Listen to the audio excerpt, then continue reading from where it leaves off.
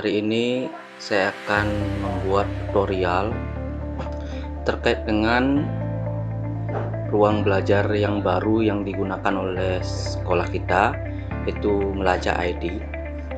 Nah, pertama-tama saya akan memberikan penjelasan terkait enrollment method, di mana membawa siswa-siswa yang ada di ruang belajar yang terdahulu ke ruang belajar yang baru, yaitu di Melacak ID. Nah, pertama silakan dibuka website dari Melacak ID, yaitu smkn1amlapura.melacak.id. Nah, setelah itu akan muncul tampilan seperti ini. Kalau sudah, silakan login. Klik login. Nah, kemudian masukkan username dan password. Username dan password ini sama seperti ruang belajar yang terdahulu. Nah, kalau sudah disiapkan dan sudah diketik, silakan klik masuk. Nah, kalau sudah masuk, nanti akan muncul tampilan di mana ada kursus atau mapel yang kita ampuh. Nah, ya bisa diklik, mapelnya diklik. Nah, kemudian kalau sudah diklik akan muncul tampilan seperti ini. Nah, ini kebetulan saya sudah mengisikan topik-topik yang akan nanti disediakan untuk siswanya. Nah, kemudian inti dari pembelajaran hari ini yang akan saya jelaskan yaitu tentang membawa siswa masuk ke kursus yang kita ampuh. Nah, gimana caranya? Nah, sudah masuk ke tampilan ini, kita lanjut paling bawah, cari pada menu administration ya, cari user.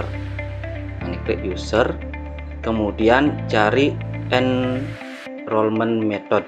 Ini klik ini. Nah, kalau sudah muncul, nanti ada tampilan seperti ini. Nah, ini kebetulan 11 PH1 sampai 11 TKR ini sudah saya gabungkan ke kursus.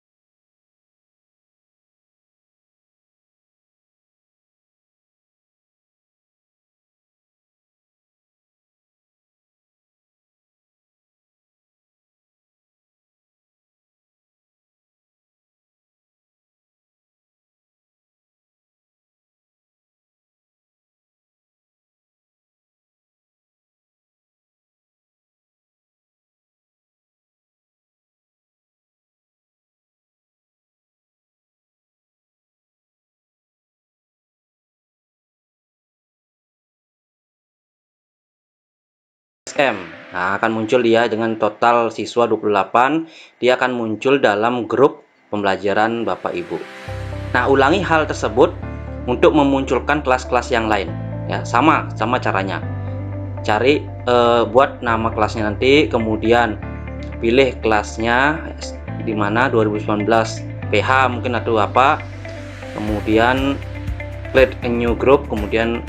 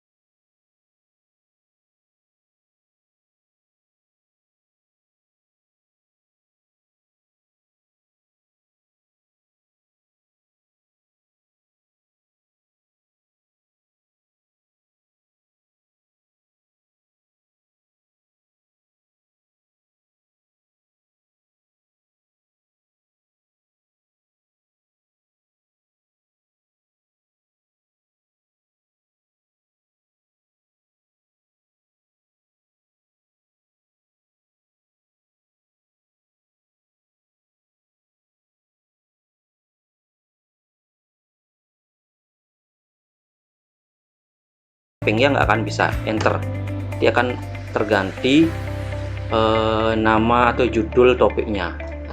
Kita misalkan akan membuat absensi terlebih dahulu, jadi klik tanda tambah ini yang add an activity or resource ini ya, ini diklik. Nah, di sini akan ada beberapa tampilan menu yang nantinya Bapak Ibu bisa pilih sesuaikan dengan keperluan. Misalnya kita akan membuat daftar absen, ini yang kita pilih attendance ya, klik add. Nah, ini. Nah, nanti akan muncul tampilan memproses attendance itu. Misalnya kita buat apa, daftar hadir misalnya, daftar hadir siswa. Deskripsi misalnya, anak-anak ingat absen. Nah, agar deskripsi ini terlihat, centang ini display description on course page, nih centang. Kemudian apa? Nah, itu saja dulu, nggak usah di apa-apa. Nah, ini lagi satu. Di sini ada activity completion. Nah, ini klik. Nah, ini jangan disuruh siswa ini apa namanya mencentang manual. Kadang siswa tersebut tidak akan tahu di mana dia mencentang. Ini klik ganti show activity as complete when condition are met, ini pilih ya. Jadi student must receive a grade, ini klik centang. Nah, ini ya. Kemudian baru save and display. Nah, akan muncul tampilan selanjutnya di mana kita disuruh untuk mengisi sesi absensi.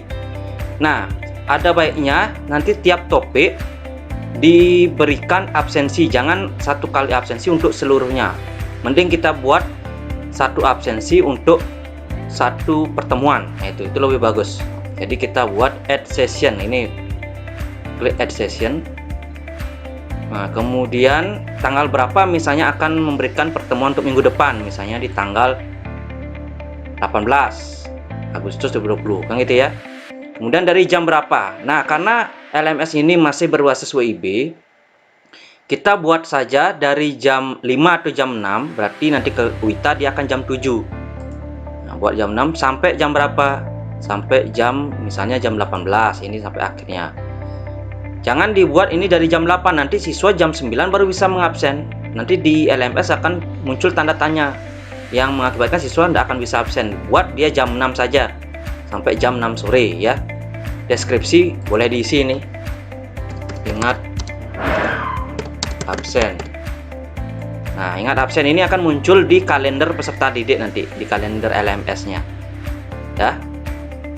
Nah, multiple session tidak usah diisi karena kita tidak membuat absensi dalam satu semester atau satu tahun, karena ini per pertemuan, cukup satu ini aja. Kemudian student recording, ini student recording allow, dia wajib untuk mengabsen dirinya sendiri, biarkan dia bisa mengabsen dirinya sendiri. Ini allow, klik allow. Kemudian add. Nah, akan muncul satu sesi untuk melakukan pengabsenan di tanggal 18. Nah, ini akan muncul. Nah, selanjutnya setelah add session berhasil, kita masuk ke status set. Ini status set, klik nih.